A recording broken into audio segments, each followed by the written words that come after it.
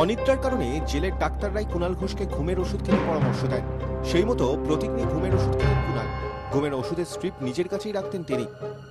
বৃহস্পতিবার রাতে কুণাল ঘোষকে ঘুমোতে যেতে দেখেছিলেন কারারক্ষীরা। তখনই অস্বাভাবিক অবস্থায় কুণাল ঘোষকে পড়ে থাকতে দেখেন কারারক্ষীরা। তার পাশে পড়ে রয়েছে একটি ঘুমের ওষুধের স্ট্রিপ।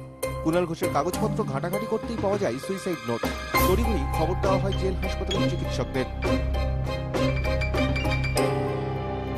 সামান্য পরীক্ষার পরই জেল হাসপাতালের চিকিৎসকরা বুঝতে পারেন অনেকগুলি ঘুমের ওষুধ একসঙ্গে খেয়ে নিয়েছেন কুণাল।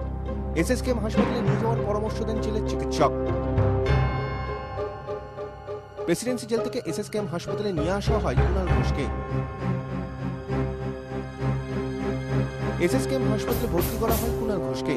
তার পাকস্থলী ওয়াশ করা হয়। চিকিৎসকেরা জানিয়েছেন কুণাল ঘোষের অবস্থা স্থিতিশীল, তিনি আচ্ছন্ন রয়েছেন, তাকে স্যালাইন দেওয়া হচ্ছে। এদিকে এই ঘটনার পর স্বরাষ্ট্র সচিবের নেতৃত্বে তদন্ত কমিটি গঠন করা হয়েছে। তদন্ত শেষ না হওয়া পর্যন্ত সাসপেন্ড জেল সুপার, জেলের চিকিৎসক এবং কর্তব্যরত কারারক্ষীরা। সাধারণত এ ধরনের ঘটনায় কলকাতা পুলিশের ডেপুটি কমিশনার পর্যায়ের কোনো অফিসারকে দিয়ে তদন্ত করানো হয়। এক্ষেত্রে তদন্তের দায়িত্ব দেওয়া হয়েছে ডিসিডিডি 2 সুরঞ্জিত রায়কে। হেস্টিংস থানায় কুণাল ঘোষের বিরুদ্ধে আত্মহত্যার চেষ্টার অভিযোগ করেছে প্রেসিডেন্সি জেল কর্তৃপক্ষ। ব্যুরো রিপোর্ট, 24 ঘন্টা। ভারী শাড়ি হলে ম্যানেজ